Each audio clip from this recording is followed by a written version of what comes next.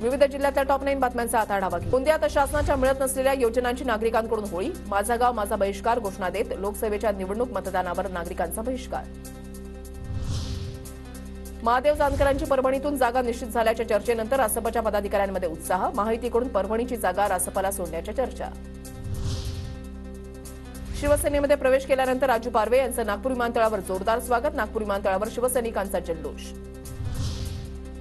भाजपकडून भंडारा लोकसभेची सुनील मेंढे यांना पुन्हा उमेदवारी। कार्यकर्त्यांकडून गुलाल उधळून जल्लोष साजरा। गोंदियामध्ये आगामी लोकसभा निवडणूक आणि सणांच्या पार्श्वभूमीवर पोलिसांनी कोम्बिंग ऑपरेशन राबवलं। जिल्ह्यामध्ये विविध ठिकाणी पोलिसांच्या धाडी।